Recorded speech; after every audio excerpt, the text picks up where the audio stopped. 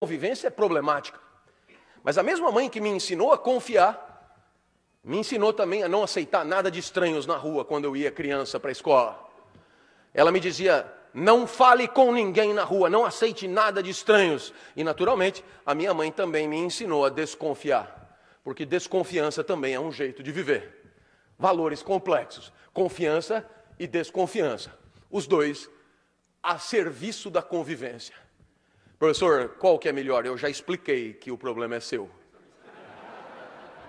Pelo que o senhor falou, é melhor confiar. Eu não me lembro de ter falado nada disso. Não me tome por um tirano qualquer. Se o problema é seu, o problema é seu. A desconfiança também é bem legal. Afinal, quantos chifres você teria evitado se tivesse desconfiado mais?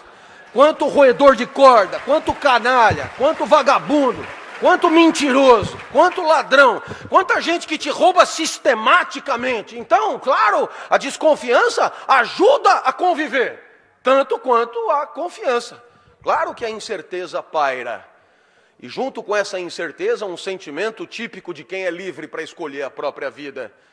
Esse sentimento, desde Kierkegaard, a gente chama de angústia. A angústia te acompanhará.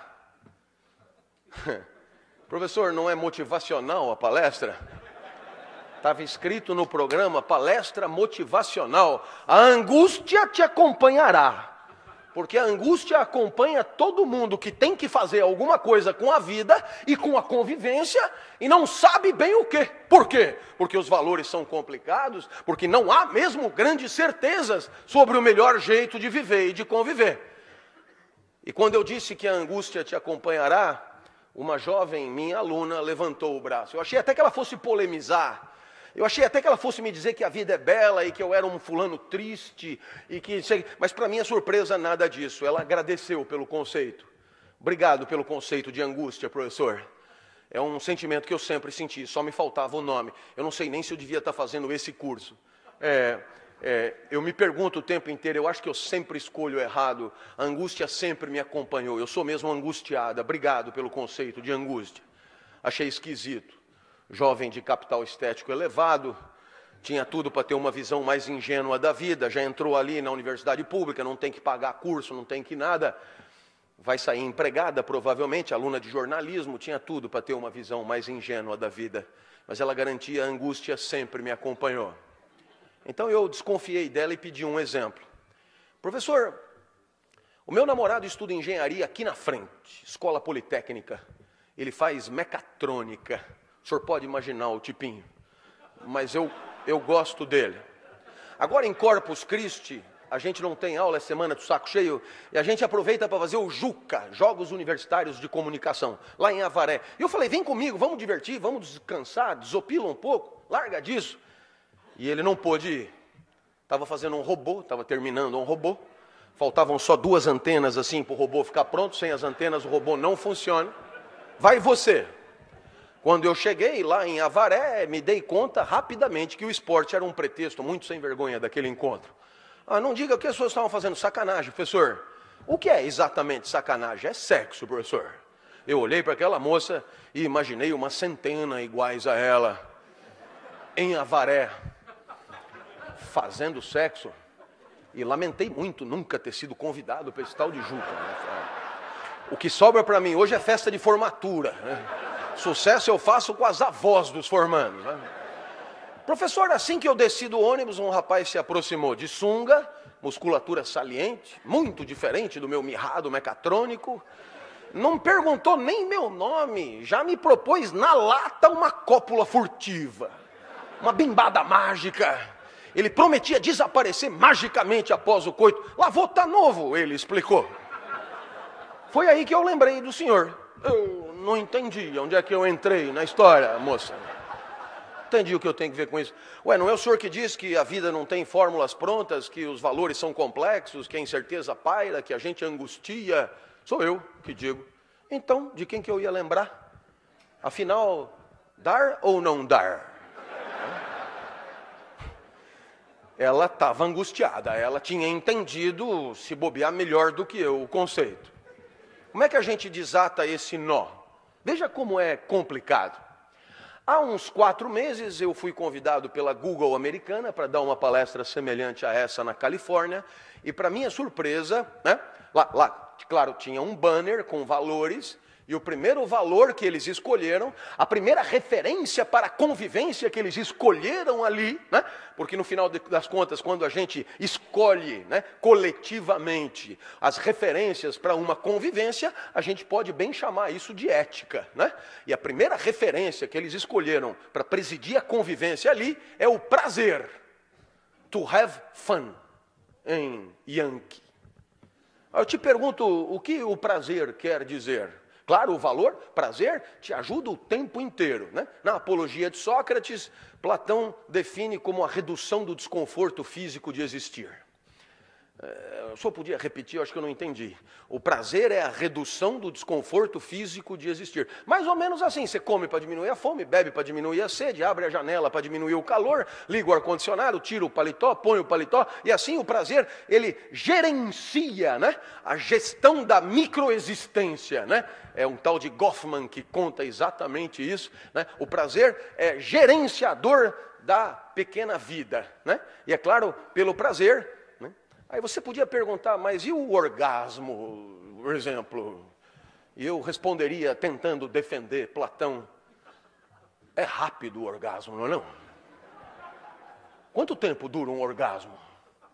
Aqui na Bahia eu não sei, mas lá em casa uns 5 segundos. Durante a semana, final de semana, 6, 7. Se você for um gozador espetacular, quem sabe, 10 segundos. Agora, quanto tempo dura uma enxaqueca? Você já imaginou orgasmo com prazos de enxaqueca? Você começa a gozar hoje e termina domingo. Vira uma uva passa, né? Eu tenho a impressão que Platão tem razão. O normal é diminuir a dor, diminuir o sofrimento. Se der para dar uma gozadinha, melhor, mas é raro. Ora, pelo prazer, ela já deveria ter dado para o marombado de sunga, claro. Agora, o segundo valor do banner, e é aqui que eu queria que você entendesse, o segundo valor, e eu estou falando da Google americana, eu não estou falando de uma empresa, digamos, que faz as coisas de maneira impensada, né? O segundo valor do Google é o respeito. E quem respeita faz o quê? Né? Uma definição que eu gosto muito, o respeito é considerar o outro na hora de decidir a própria vida, né? Quem respeita, considera os afetos do outro na hora de deliberar sobre a própria vida. Respeitar você é dar palestra considerando tuas alegrias e tuas tristezas. Me parece uma definição super atrativa.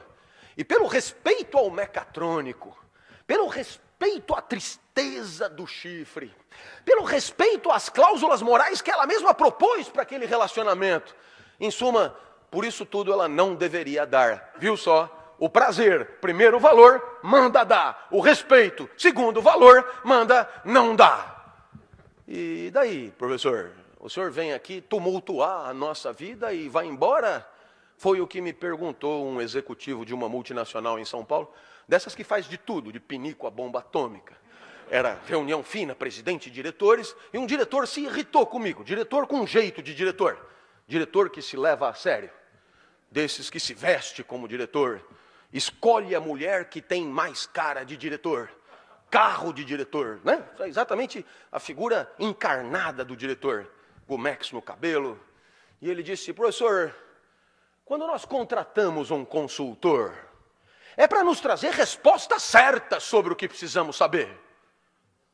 Eu falei, olha rapaz, quando você encontrar um, me apresenta, que eu tenho tanta pergunta para dizer para ele, eu não tenho resposta sobre nada. Aí ele falou, o senhor não poderia botar no PowerPoint uma tabela com os valores em ordem decrescente de importância? Ele queria saber qual que vale mais, o prazer ou o respeito, né? Ou quem sabe a confiança ou a desconfiança, ou quem sabe a disciplina ou o repouso, ou quem sabe até a transparência e a privacidade, a transparência e a intimidade, a transparência e o sigilo, só para mostrar que qualquer valor da moda pode ser problematizado de maneira confiável, de maneira lúcida. Nada é absolutamente deglutível sem um espírito crítico. Tudo pode ser problematizado na hora de escolher a vida. E talvez a problematização da vida seja a ética na sua essência. Professor, e a tabela? Não vai dar, amigo. Não sei o que é um PowerPoint. Ele não entendeu a ironia. Falou, pode pôr na lousa. Eu falei, o problema não é o PowerPoint. É a tabela, eu acho que ela não existe. E para ele entender rápido, me ocorreu um exemplo. Perguntei, ele sabe Deus? Ele falou, lógico. Normal, né? Costuma trabalhar no mesmo andar de um diretor. Quando Deus mandou para Moisés por e-mail os 10 mandamentos, atrás dos mandamentos tem valores. Está ali, os top 10 que você quer. Só que não tem essa do quarto valer mais do que o quinto. Se tiver conflito entre eles, você que se vira, o problema é seu. Agora, como Deus é um cara elegante, jamais vai dizer isso, você que se vira, o problema é seu. Ele chama isso de livre-arbítrio. É porque não tem tabela que tem livre-arbítrio.